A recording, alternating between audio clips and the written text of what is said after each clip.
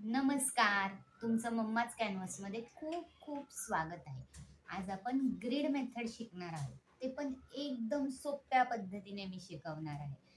आपण YouTubeला बरेच व्हिडिओ बघतो, असे स्क्वेअर स्क्वेअर करून ड्रॉइंग केलेलं असतं आणि मग ते शेडिंग करून दाखवतात.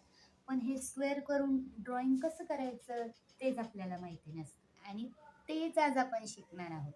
मी स्टेप बाय स्टेप तुम्हाला सगळं एक्सप्लेन करणार आहे की ग्रीड मेथडसाठी कोणता ॲप इन्स्टॉल करायचं, पेजवर नेमके किती बॉक्स काढायचे आणि ॲक्च्युअल ग्रीड वापरून ड्रॉइंग कसं करायचं. चला तर मग व्हिडिओला सुरुवात करूया. तर इथे मी A3 साईजचा पेपर घेतलेला आहे. पेन्सिल तुम्ही HB किंवा 2H घ्या, जी लाईट चालेल आणि मग तुम्हाला लाईन्स नंतर डार्क होणार नाही. तर HB किंवा 2H पेन्सिल घ्यायची आहे. तर इथे मी ऑलरेडी ग्रीड बनवून ठेवले, तर मी तुम्हाला आता एक्सप्लेन करणार आहे कशा प्रकारे. तर इथे मी ऑलरेडी ग्रीड बनवून ठेवलेत, तर मी एक्सप्लेन करते मी काय केलंय. मी इथे A3 पेपरला इथून 1 सेंटीमीटर, इथून 1 सेंटीमीटर, इथून 1 सेंटीमीटर आणि वरनं 1 सेंटीमीटर अशी चारही बाजूनी 1-1 सेंटीमीटर लाईन सोडून बॉर्डर करून घेतली. त्यानंतर 2-2 सेंटीमीटर अंतरावर अशा प्रकारे मी मार्क केलेलं आहे आणि उभ्या 2-2 सेंटीमीटरच्या रेषा, आडव्या 2-2 सेंटीमीटरच्या रेषा असे मी बॉक्स करून घेतले.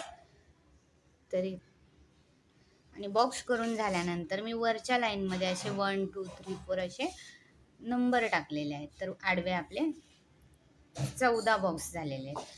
हे सगळे आडवे जे बॉक्स आहेत ते आपले टोटल 20 झालेले आहेत. इथे 20 S पर्यंत 20 नंबर येतो. तर आडवे 20 बॉक्स, उभे 14 बॉक्स असे आपण केलेले आहेत. ठीक आहे. सुरुवातीला तुम्ही बिगिनर लेवलला 2-2 सेंटीमीटरचाच बॉक्स करायचा आहे. त्याच्यापेक्षा जास्त 3 सेंटीमीटर 1 इंच वगैरे करायचं नाही आहे. त्याच्यामुळे ड्रॉइंग चुकूही शकते आणि थोडी हार्ड जाते, जास्त वेळ जातो या बॉक्स. तर आता पेजवरचं काम झालेलं आहे. आता आपल्याला घ्यायचं आहे मोबाईल. आता कुठला ॲप इन्स्टॉल करायचा. मला प्ले स्टोअरवरून ग्रीड फॉर ड्रॉइंग हे ॲप इन्स्टॉल करायचं आहे. मी झूम करून दाखवते. तर हे ॲप मी ओपन करणार आहे. त्याच्यानंतर मध्ये ही जी प्लसची साईन दिसतीये त्याच्यावरती टच करायचं आहे आणि मग आपल्याला जो पण पिक्चर इथं हवाय तो सिलेक्ट करायचा आहे. हे जे ग्रीड लिहिलेलं दिसते त्याच्यावरती आपल्याला टच करायचं. ग्रीड येणार आहे, पण ग्रीड किती आले 10 आणि इकडे 7च आले. पण ह्याच्या साईनवरती प्लसच्या साईनवरती क्लिक करत जायचं. बघा 11 12 20 येईपर्यंत क्लिक करायचा. कलर चेंज करायचा. तर तो कसा चेंज करणार मी, हे बघा इथे सेटिंगमध्ये जायचं. कलर हा ऑप्शन दिसतो, या कलर ह्या ऑप्शनवरती क्लिक करायचं. लास्टवाला कलर ब्लॅक आहे. तुम्हाला इथं भरपूर कलर आहेत, तर मी ब्लॅकवर सिलेक्ट करणार आहे. डन. बघू शकता ब्लॅक ग्रेड इकडे आलेलं. तर आता आपण किती झूम करायचं, अजून एक इझी ट्रिक सांगते जसेच्या तसं कॉपी होण्यासाठी. काय तुम्ही इकडे मी 2 सेंटीमीटर एवढ्या ग्रीड झूम केलेले आहेत आणि इथं लॉक आहे ना, हे कुलूपचं चिन्ह, तर तुमचं झूम होणार नाही किंवा काहीच झूम इन झूम आउट काहीही होणार नाही. ठीक आहे. एकदा ग्रीडवर जायचे, सेटिंगवर जायचे. सेटिंगवर क्लिक केल्यानंतर लेबल ऑल सेल्स असं जे येते ते ऑल सेल्सवर क्लिक करायचं.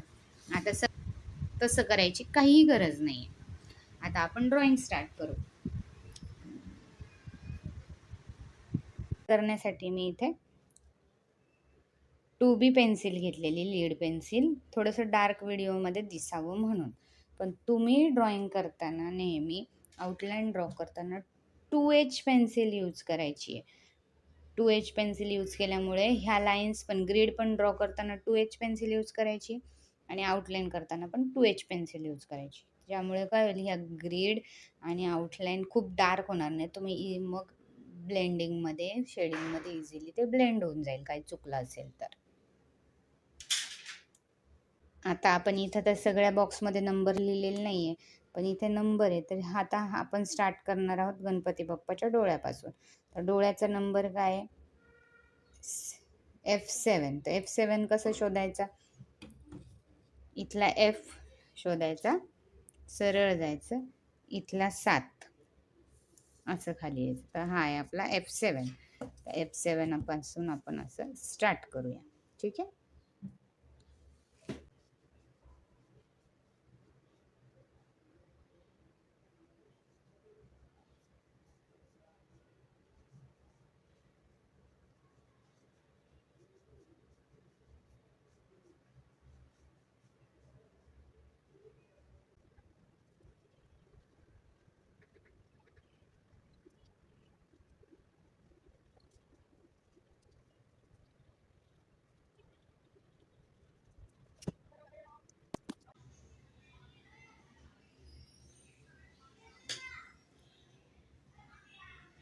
तर अशा प्रकारे अगदी सोप्या पद्धतीने आपलं स्केच कंप्लीट झालेलं आहे.